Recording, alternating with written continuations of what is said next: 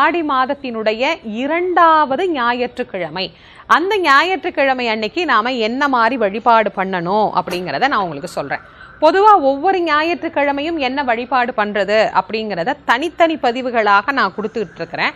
அதுல ஒவ்வொரு பதிவிலேயும் நான் சொல்றதுதான், உங்களுக்கு எந்த வாரம் என்ன வாய்ப்பு அமைகிறதோ அதை நாம் பயன்படுத்தி கொள்ளலாம்.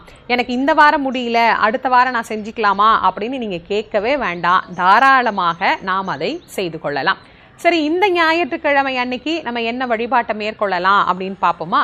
பொதுவாக ஆடி மாதம் அப்படின்னாலே அம்பிகைக்கு உரிய அந்த மாதத்துல நம்ம எல்லாருமே கிராமத்திலிருந்து நகரம் வரைக்கும் செய்யக்கூடிய ஒரு நல்ல வழிபாடு அப்படின்னா கூழ் வார்த்தல் அப்படிங்கிற ஒரு உயரிய வழிபாடு.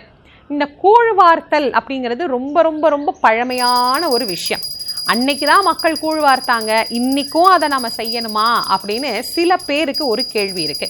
இதையே ஆடி மாசம்தான் நமக்கு செய்யறாங்க அப்படின்னா, இந்த ஆடி மாதம் அப்படிங்கிறது நமக்கு காற்றும் மழையும் துவங்கக்கூடிய மாதம்.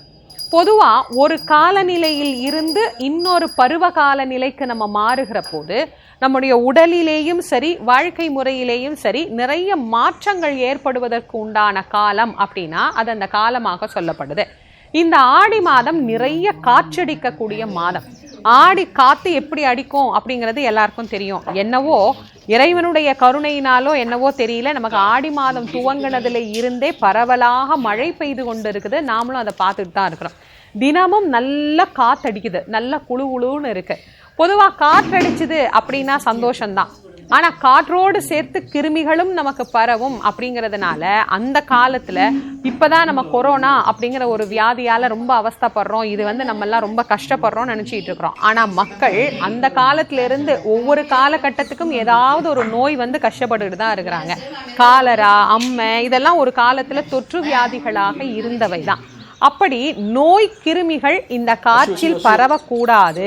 அப்படி பரவினாலும் அதை தடுப்பதற்குண்டான ஆற்றல் சக்தியை நம்ம வளர்த்துக்கணும் அப்படிங்கிறதுக்காக தான் தினம் வாசல்ல மஞ்சளும் சாணியும் கரைச்சி வாசத்தளிச்சாங்க.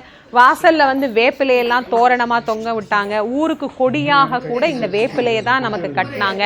அதுக்கப்புறமா உண்ணக்கூடிய உணவுகள்ல மாற்றத்தை கொண்டு வந்தாங்க. அது என்ன மாதிரி உணவுகள் அப்படின்னா நல்ல ஆரோக்கியம் நிறைந்த உணவுகளாக நமக்கு இந்த மாசத்துல கொடுத்தாங்க. ஆரோக்கியமான உணவுகளா? அந்த காலத்து பெரியவங்க சாப்பிட்ட எல்லாமே ஆரோக்கியமான உணவுகள். அதை காலமறிந்து நமக்கு உணவாக கொடுப்பதற்கு இறைவனுக்கு படையலாக்கி காட்டினாங்க. அந்த வகையில இந்த ஆடி மாதத்துல கேழ்வரகினால் செய்யக்கூடிய ஒரு கூழ் காட்சி எல்லா மக்களும் ஊருக்கே பொதுவா எல்லாரும் அதை குடிச்சு பயன்பெற்று இருக்கிறாங்க. அந்த காலத்துல எல்லாம் அப்படித்தான், கூழ் காய்ச்சினா ஊருக்கே ஊத்துவாங்க. ஆனா இப்பெல்லாம் கூழா, அதை குடிக்கணுமா, அதுல என்ன இருக்கு அப்படின்னு கேட்கக்கூடிய சிலரையும் நம்ம இந்த காலத்துல பார்க்க முடியுது. உடலுக்கு ஆரோக்கியம் தரக்கூடிய பல தானியங்கள்ல மிக முக்கியமானது அப்படின்னா ராகி அப்படின்னு சொல்லக்கூடிய ஆரியம்னு கூட சில இடத்துல சொல்லுவாங்க கேழ்வரகு. இந்த கேழ்வரகுல இருக்கிற மாதிரி கால்சியம் வேற எதுலையுமே இல்லை அப்படின்னு சொல்லலாம். அந்த அளவுக்கு நல்ல கால்சியத்தை தரக்கூடியது எது அப்படின்னா இந்த கேழ்வரகு. அதிலும் குறிப்பாக மனிதர்களினுடைய உடலுக்கு தேவையான முழு ஆற்றல் சக்தியையும் தரக்கூடிய ஒரு தானியமாக இது இருக்கு.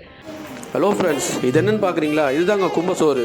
கும்பசோறுனா வேறு எதுவும் இல்லைங்க, அம்மனுக்கு படையல் போடுவாங்க, அதுதாங்க கும்பசோறுன்னு சொல்லுவாங்க. ஒரு பெரிய ஒரு அண்டா ஃபுல்லாக சாப்பாடு கொட்டி அதில் கறி குழம்பு, கருவாட்டு குழம்பு, மீன் குழம்பு, சிக்கன் குழம்பு, மட்டன் குழம்பு, கீரை, கொழுக்கட்டை, முட்டன் எல்லாத்தையும் ஒன்றா வச்சு போடுறது தாங்க கும்பசோறு. இந்த சாப்பாடு பார்த்திங்கன்னா அவ்வளோ சூப்பராக இருக்கும் சாப்பாடு. இதை வாங்கிறதுக்கே க்யூவில் நிற்பாங்க. அவ்வளோ நல்லாயிருக்கும் அந்த சாப்பாடு. வேறு எங்கேயுமே அந்த மாதிரி சாப்பாடுலாம் கிடைக்காது. ஸோ இந்த மாதிரி நீங்கள் டேஸ்ட் பண்ணியிருக்கீங்களான்னு எனக்கு கமெண்ட்டில் சொல்லுங்கள். தேங்க்யூ.